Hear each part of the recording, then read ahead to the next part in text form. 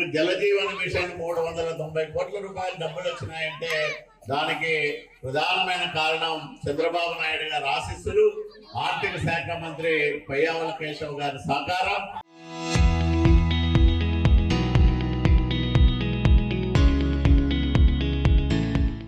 అట్లాగే మనకు అనేక కార్యక్రమాలు, ఇరిగేషన్ ప్రాజెక్టులు కానీ, హెచ్ఎల్సికి డబ్బులు కానీ, బీటీపీకి డబ్బులు కానీ ఇవన్నీ మంజూరు అవుతున్నాయంటే వీళ్ళందరి సహకారం మనకు ఉండడం వల్ల జలవనరుల శాఖ మంత్రి నిమ్మల రామానాయుడు గారు యువనాయకుడు జన్మదిన వేడుకలను ప్రతిరోజు పండగలాగా ఊరు వాడ ఒకటై చేసుకుంటా ఉన్నాం.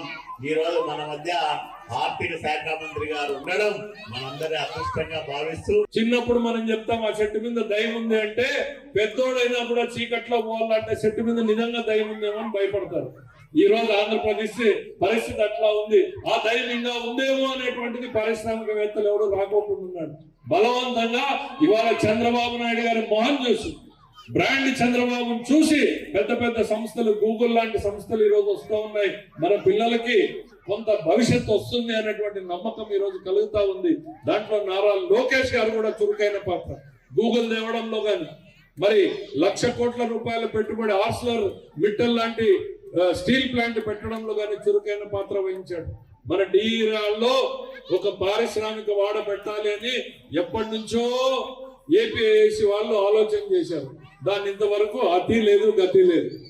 కాలువ శ్రీనివాస్ గారికి ఇప్పుడు ఒక 4 సార్లు 5 సార్లు అన్నా దాన్ని ఎందోడు చేయాలి, మనం దాన్ని ఎందోడు చేయాలనంటే ఇప్పుడు దాంట్లో కదలిక మొదలైంది.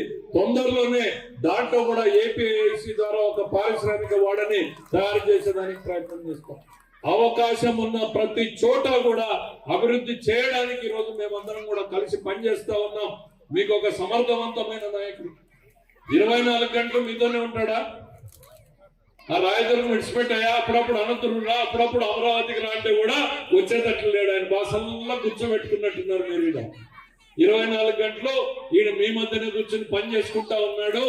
ఆయనకు బాధ్యతలు ఎక్కువ ఉన్నాయని చెప్తున్నా. పాలిట్ బ్యూరో సభ్యుడైనాడు ఆయన ఈరోజు రాష్ట్ర పార్టీలో. ఆయనకు కూడా కంగ్రాచులేషన్ చెప్తా ఉన్నాం.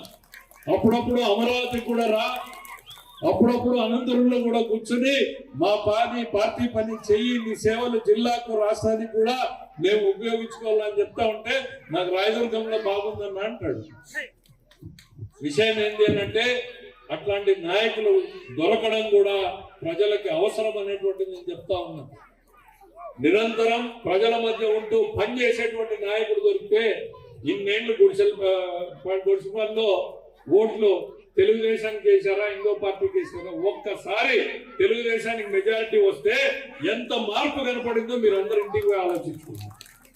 గుండె మీద చేసుకొని ఆలోచించుకోండి. అన్నం పెట్టినోడు దేవుడు ఎవరన్నా కానీ, అవునా కదా? ఈ ఊరు అభివృద్ధి చేసినప్పుడు మనము చంద్రబాబు నాయుడు లేకపోతే మోడీ గారు పవన్ కళ్యాణ్తో కాకోకుండా ఇంకొకరి గురించి ఎందుకు ఆలోచించాల? మన పిల్లల భవిష్యత్తు గురించి ఆలోచించే నాయకుడు చంద్రబాబు నాయుడు. అట్లాంటి వాడిని నిలబెట్టుకుంటే మన పనులు మనం చేసుకుంటుంటాం, మాలాంటి వాళ్ళందరూ కూడా మీ పని చేసుకుంటా ఉంటాం అనేటువంటి తెలియజేసుకుంటూ మీ అందరి వద్ద చంద్రబాబు నాయుడు గారికి, లోకేష్ గారికి, మా టీం అందరికీ కూడా మీ ఆశీస్సులు ఉండాలని చెప్పి కోరుకుంటున్నాం.